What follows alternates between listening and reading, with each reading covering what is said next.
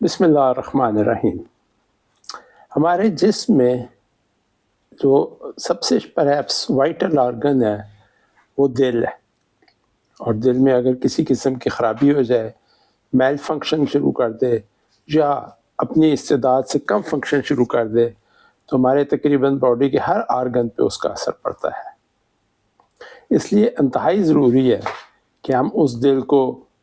Healthy رکھیں اور چلتا پھرتا رکھیں، کیونکہ اس نے 1 منٹ میں تقریباً 70 دفعہ دھڑکنا ہے۔ اور اس دل دھڑکنے کا مقصد کیا ہے؟ دل کے دھڑکنے کا مقصد یہ ہے، اور یہ کیوں ایک وائٹل آرگن ہے، کیونکہ ہمارے بلڈ، ہمارے باڈی میں تقریباً 4-4.5 لیٹر کے قریب بلڈ ہوتا ہے، اور ہارٹ کا فنکشن ایک ہی ہے پرائمریلی کہ وہ اس بلڈ کو through out the body circulate کر کے رکھتا ہے، اور وہ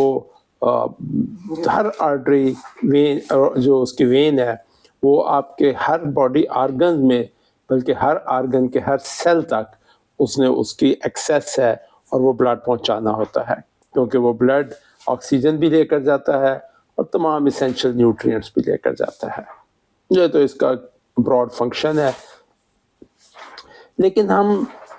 بہت کم شاید یہ احساس کرتے ہیں یا سمجھتے ہیں کہ اتنے امپورٹنٹ فنکشن کو پرفارم کرنے کے لیے اس دل کی سپورٹ میں ایک ہمارے باڈی میں سیکنڈ ہارٹ ہوتا ہے۔ جی ہاں، ہمارے پاس ایک ایکسٹرا سپلیمنٹری ہارٹ بھی باڈی میں موجود ہے، اور ہمیں اس کا بھی اتنا ہی خیال رکھنا چاہیے، کیونکہ جتنا مضبوط اور صحت مند ہمارا سپلیمنٹری ہارٹ ہوگا اتنا ہمارے ہارٹ کے اوپر بوجھ کم پڑے گا، اور اتنا اس کے اوپر جو ہے وہ ورک لوڈ کم ہوگا۔ جی، تو یہ جو دوسرا اور سپلیمنٹری ہارٹ ہے وہ آپ کی ٹانگوں میں ہوتا ہے۔ جی، آپ کی ٹانگ میں گھٹنے سے لے کے پاؤں تک جو ہڈی ہے، اس کے ساتھ جو مسلز ہے جس کو پنڈلی کہتے ہیں، اس پنڈلی کا جو مسلز ہے یہ بیسیکلی آپ کا ایک سپلیمنٹری ہارٹ ہے، یا اس کو آپ سیکنڈ ہارٹ کہہ سکتے ہیں۔ اس کو کیوں سیکنڈ ہارٹ کہتے ہیں، اس کے ایکسپلین کرنے سے پہلے تھوڑا سا ہم سمجھ لیتے ہیں کہ ہارٹ ہوتا کیا ہے، کہاں ہوتا ہے، اور اس کا فنکشن کیا ہے۔ ہمارا جو ہارٹ ہے یہ اگر ہم دیکھیں تو پورے باڈی میں اوپر والے 1/3 حصے میں موجود ہے۔ ہم انسان 5-5.5-6 فٹ کا قد ہے، اور یہ ایک ورٹیکل جانور ہے، کہہ دیں کہ جو 2 ٹانگوں پہ چلتا ہے، اور اس 6 فٹ کے تقریباً زمین سے 3.5-4 فٹ اوپر جا کر آپ کا جو ہے وہ مین پمپ موجود ہے، جس نے سارا دن بلڈ کو پمپ کرنا ہے اور تھرو آؤٹ باڈی۔ ٹھیک ہے، بلڈ پمپ کرنا تو آسان ہے، کیونکہ پمپ زور سے جب چلے گا بلڈ سارے باڈی میں پھیل جائے گا، لیکن اس کے بعد ایک سیکنڈ مرحلہ بھی آتا ہے، اور وہ یہ ہے کہ وہ جو بلڈ پورے باڈی میں پھیلایا ہے اس نے واپس بھی آنا ہے ہارٹ کے اندر، پھر اس نے لنگز میں جا کر صاف ہونا ہے، آکسیجن ایڈ ہونی ہے، اور پھر نئے سرے سے پمپ ہونا ہے۔ سو پمپ کرنا تو ایک آسان نیچرل سمجھ آ جاتی ہے بات کہ یہ ہو گیا۔ مسئلہ یہ ہے کہ اس بلڈ نے زمین سے اوپر 4 فٹ اوپر جہاں پر ہمارا ہارٹ لوکیٹڈ ہے وہاں تک اس نے واپس بھی آنا ہے، اور یہ فنکشن جو ہے، جو ہارٹ کا بلڈ وینز کے ذریعے بلڈ پاؤں سے، ٹانگوں سے اور نیچے والے دھڑ سے ہارٹ تک پہنچتا ہے، یہ اینٹی گریوٹی فنکشن ہے۔ اس کا مطلب یہ ہے کہ ایک نیچرل جو گریوٹی کا فلو ہوتا ہے وہ اوپر سے نیچے ہوتا ہے، لیکن یہ فنکشن جو ہے وہ نیچے سے لے کے اوپر تک آپ نے ہارٹ میں لے کے جانا ہے، اور یہ اینٹی گریوٹی فنکشن ہے۔ تو آبویسلی جو اینٹی گریوٹی فنکشن ہوتا ہے اس کے لیے ایک مطلب ڈفرینٹ میکینزم چاہیے ہوتا ہے، اور ہارٹ کو میں اندر وہ پمپ اگرچہ موجود ہے جو بلڈ نیچے سے اوپر کھینچ لیتا ہے، اور پھر وہ لنگس تک لے کر جاتا ہے، اور اس میں آکسیجن ایڈ ہوتی ہے۔ لیکن اس اینٹی گریوٹی بلڈ فلو کو سپورٹ کرنے کے لیے جو اللہ تعالیٰ نے ایک میکینزم رکھا ہے وہ یہ ہے کہ ہماری ٹانگوں میں جو مسلز ہیں، خاص طور پر جو پنڈلی کے مسلز یا کاف مسلز جسے کہتے ہیں، ان کے اندر جتنی وینز ہوتی ہیں، اور یہ جو مسل ہے جب یہ بار بار کانٹریکٹ کرتا ہے تو یہ بلڈ کو نیچے سے اوپر پھینکتا ہے، اور ان وینز کے اندر ایک 1 وے والو لگا ہوتا ہے۔ جب یہ وین جب مسلز کانٹریکٹ کرتے ہیں بلڈ نیچے سے اوپر جاتا ہے، اور جب مسل ریلیکس کرتے ہیں تو وہ بلڈ نیچے نہیں آتا، کیونکہ اس کے نیچے ایک ویلو ہوتا ہے جو بند ہو جاتا ہے، اور صرف وہ اس وقت کھلتا ہے جب بلڈ نیچے سے اوپر جا رہا ہوتا ہے۔ تو اس طرح سے بلڈ آپ کے مسلس کے دبانے سے بلڈ جو ہے وہ ہارٹ میں پہنچ جاتا ہے. اس میکینزم سے جتنا نیچے والا پاؤں سے اور ٹانگوں والا بلڈ ہے وہ ہارٹ میں پہنچانے کے لیے ہارٹ کو وہ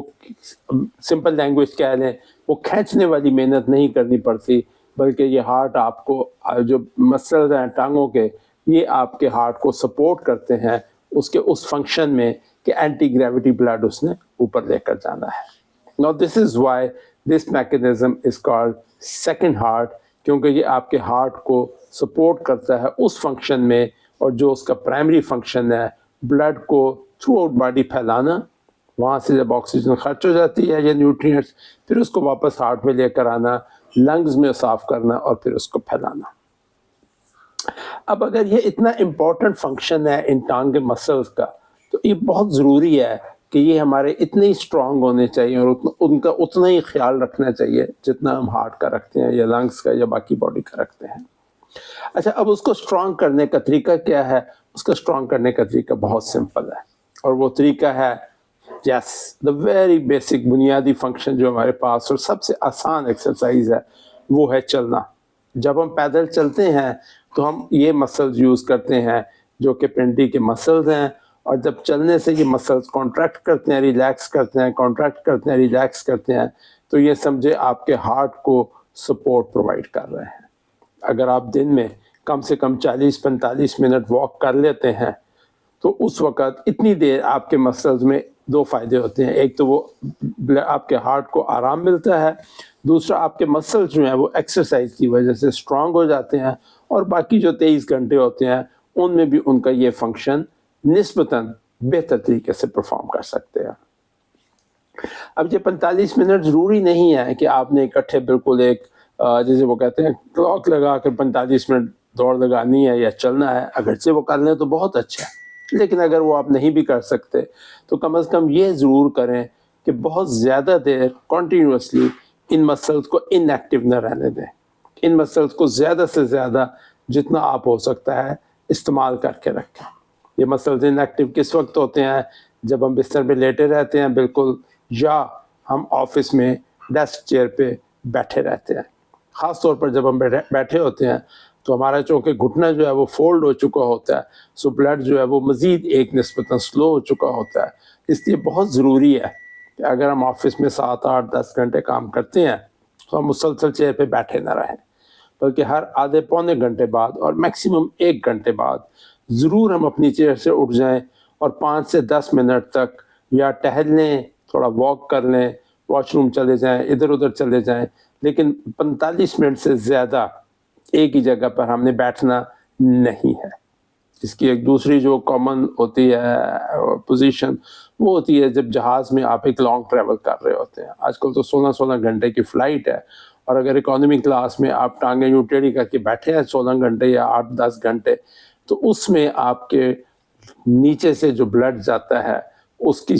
جو فلو ہے وہ سلو ہو جاتا ہے, اور اس میں آپ کی پنڈلیوں میں درد بھی ہو سکتا ہے, آپ کے بلڈ کی سرکولیشن نیچے سے رک بھی سکتی ہے. اور اگر آپ آفس میں کئی مہینے کئی سال تک یہ 8-10 گھنٹے چیئر پہ بیٹھے رہتے ہیں تو اس سے ایک آپ کی جو بلڈ نیچے سے وینز آتی ہیں اس میں بلڈ کلاٹ بھی جمع ہو سکتا ہے, اور وہ انتہائی خطرناک ہو سکتا ہے آپ کے سرکولیٹری سسٹم کے لیے. لیکن بعض لوگ کرتے ہیں کہ جو آفس میں چیئر کی بجائے وہ ڈائس رکھ لیتے ہیں اور سارا دن کھڑے ہو کر کام کرتے رہتے ہیں. یاد رہے کہ بہت زیادہ دیر تک کھڑے ہونا بھی کوئی اتنی اچھی بات نہیں ہے. اس کی وجہ یہ ہے کہ جب ہم کھڑے ہوتے ہیں تو اگین بلڈ کا پریشر زیادہ پڑتا ہے ٹانگوں کی وینز کے اوپر, اور اس کی وجہ سے ایک اور ڈیزیز جس میں وینز پھیل جاتی ہیں جس کو ویریکوز وینز کہتے ہیں وہ ہونے کا خدشہ ہوتا ہے. سو بیسٹ ایکسرسائز یہ ہے کہ آپ ان ٹانگوں کی مسلز کو چلنا از دا بیسٹ بیسیکلی. اب اس کے اندر جتنی ایکٹیویٹیز ہو سکتی ہیں وہ تمام ایکٹیویٹیز, چاہے وہ لیٹے ہوئے پاؤں کو ہلانا ہو, چاہے وہ چیئر پہ بیٹھے ہوئے آپ نے پاؤں کی ایکسرسائز کرنی ہو اینکل سے اور گھٹنے سے, جس سچویشن میں بھی آپ کی پنڈلی کے مسلز, کاف مسلز, ان ادر ورڈز آپ کا سیکنڈ ہارٹ ایکٹیو رہے گا, اتنا آپ کے مین ہارٹ کے اوپر بوجھ کم پڑے گا, اتنے آپ کی ہارٹ کی صحت بہتر رہے گی, اتنا آپ دوائیوں سے بچ سکتے ہیں.